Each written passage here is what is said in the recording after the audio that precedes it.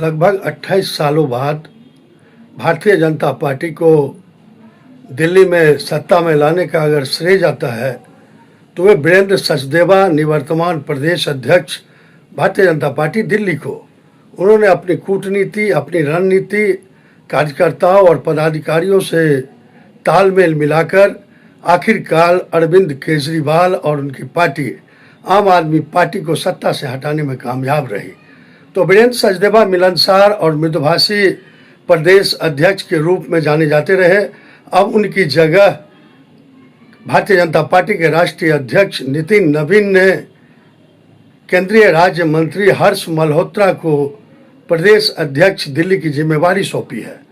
बताता चलूं कि हर्ष मल्होत्रा को भी अच्छी अनुभव है, अच्छी जानकारियां हैं।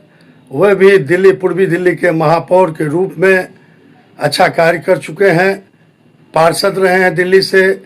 उसके बाद वे प्रदेश दिल्ली भारतीय जनता पार्टी में राष्ट्रीय महामंत्री के रूप में भी अपना अच्छा कार्यकाल दिए हैं।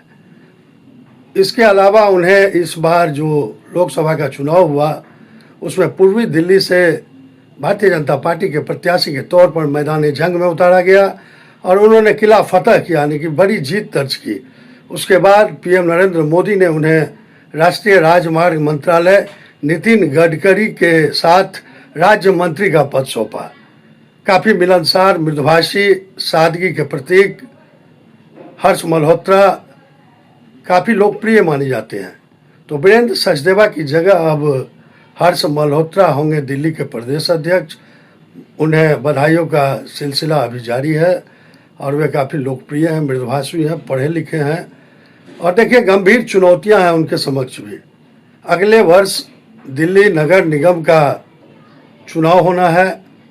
इसके अलावा कई अन्य चुनौतियां हैं जिसे वीरेंद्र सचदेवा ने बखूबी स्वीकार किया और अरविंद केजरीवाल को सत्ता से हटाया भी। तो वीरेंद्र सचदेवा को भी अच्छे पद मिलने के संकेत मिल रहे हैं।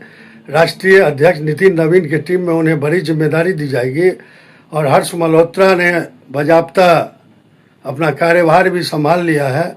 लोगों के बीच उन्होंने कार्य करना शुरू कर दिया है।